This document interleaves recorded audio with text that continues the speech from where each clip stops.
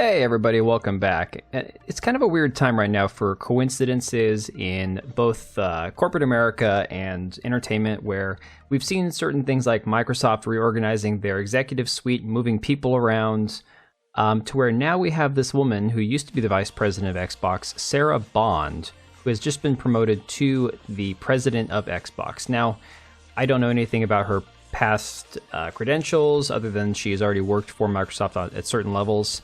I'm not going to say that her being hired as the new president is necessarily going to have a direct negative effect on the product we're going to see moving forward. But of course, after this was announced, a lot of people came out and said, "Oh, rest in peace, Microsoft. You know, you had a good run. Go buy a PlayStation." And it's just kind of funny because, to be honest, a lot of the influx of female energy into the gaming industry has had a overall negative effect. I'm going to be honest and say it has not boded well. It has not had the effect that I think, well, maybe it is. Maybe it is the effect that was intended. I don't know. That being said, ironic timing because I just saw a new Game Pass game went on Game Pass within the last couple days called Thirsty Suitors. Forbes calls it the horniest indie Game of the Year contender. I didn't know that that was a Game of the Year contender, especially the horny category. That's new on me. Basically, it's a game about a South Asian bisexual girl that plays different turn-based games and cooking simulator. Basically, it's just like a crap fest, to be honest. The game sounds horrible. And you can just see it in the reviews on Xbox. It has as many 5-star reviews as it does 1-star, and I read through the 5-star. A lot of them are basically saying, it's not that great. Like, for example, this top one right here. It's a 3 out of 5 for real, but 5 out of 5 because review bombs are lame. So this person would have given it a 3-star review, but they gave it a 5 because of all the 1-star reviews, where people said it's a crap game.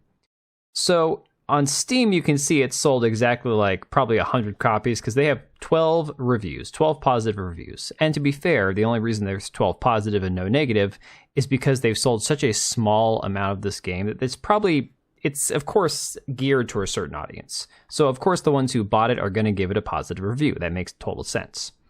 So much like this, we've seen coincidences with the timing of the South Park episode that basically destroyed Disney and made it mainstream and okay for people to start criticizing them for all the pandering and the woke race swapping and everything. And of course, right after this episode, we've seen the articles from Variety talking about the issues Marvel has going forward, that their new characters, nobody cares about them, that all the race swapping and the pandering just isn't working out for them anymore. We've seen articles from places like The Guardian doing the same thing, talking about from hero to zero, that is this really the Marvels endgame? Talking about the Marvels and how they've basically hitched their wagon to characters that nobody cares about anymore. And it's definitely having an effect. Now, the ironic part is, you have these articles basically calling out Disney, calling out Marvel, calling them out and saying, yeah, you guys have pandered too hard, you've tried too hard, and now it's failing. And the new trailer for their new Disney Plus streaming show, Echo, a character that 99% of normies have never heard of. Again, I'm not a comic book reader, so I had never heard of Echo before this. But the way that they promote this character in this article here is the Echo trailer reveals major Marvel firsts, TV mature rating, simultaneous Hulu debut, and Native American and deaf lead. Now, I don't know if the actress not Sydney Freeland, whoever the actress is playing Echo, I don't know if she herself is deaf or if she's just pretending to be deaf for the role, obviously.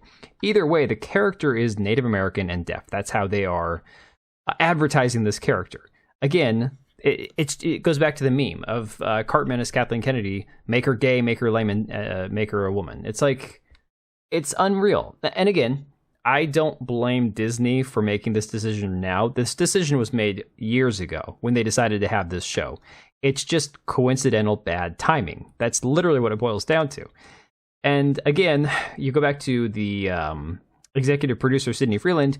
She touted this show as representation being extremely important to the series, and of course revealing that the character's background and powers have been completely changed. Again, this is Marvel and Disney not giving any care to the fans, to the characters' origins, to the original intent behind the characters, nothing.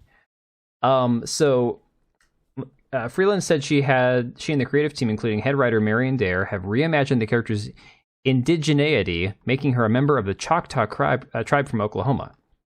Clark added, in the comics, Maya is from the Blackfeet tribe, but Freeland said that the accompanying visuals amounted to a hodgepodge of imagery that made for a muddied and ultimately inauthentic backstory for the character. What that means, I have no idea. The article goes on to say, not only is the character's background getting changed, but so is her power set. Freeland explained her power in the comic books is that she can copy anything, any movement, anytime, anywhere. It's kind of lame. I will say that is not her power, I'll just kind of leave it at that. So they've changed the character now. Changed the character's origin, essentially, which I guess Native American is still Native American. I don't want to be one of those people that thinks, oh yeah, they're all the same. But at least they're keeping her Native American. But now, of course, they're spinning it as, oh, we have to change all of her powers because they don't work in live action. I mean, here's the reality. This is where live action is definitely having its drawbacks. If it doesn't work on the screen, maybe don't do it. Rather than try to change it or say that, we're making it better, just don't do it at all.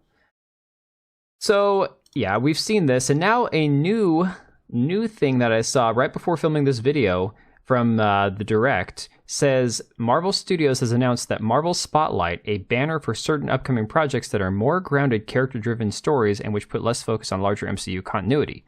Basically, now what you're going to see on a Marvel project that doesn't go along with the entire MCU is this here. So, whereas we're normally used to seeing Marvel Studios and they try to make everything coincide within the multiverse or the MCU, now what you're going to see is this. So if there's a show or a movie or something that they feel like isn't going to do well, it's not going to hold up to the standard of what you typically expected from Marvel back before Phase 4, this is what they're going to throw out there ahead of it. Basically like a disclaimer saying, oh yeah, if the show sucks, if the movie's shit, well, it's our Marvel Spotlight. It's more of it's a feature about an individual character that doesn't mash up with the rest of the MCU. It's just sad. It's pathetic. Honestly, like, I saw the trailer for this show. Looked boring, but Vincent D'Onofrio in the character Kingpin, I would like to watch a show about him. Could they do that? Could they make a show about Kingpin? That'd be great. I'd watch that. I love Vincent D'Onofrio, great actor. But no, it's literally going to be another cringe fest that we're just kind of sick and tired of at this point. Either way, let me know what you think about all this. I will see you guys on the next one. Thanks for watching.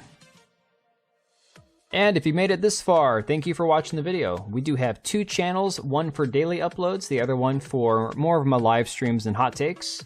Links to both are down below, as well as the ability to join as a channel member for as little as $3 a month, and that'll greatly help us out. Much appreciated.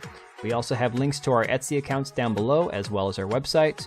We also have Locals and Subscribestar. If you didn't want to support us on YouTube, you can support us through those. Thanks again for being here, and we will see you on the next one.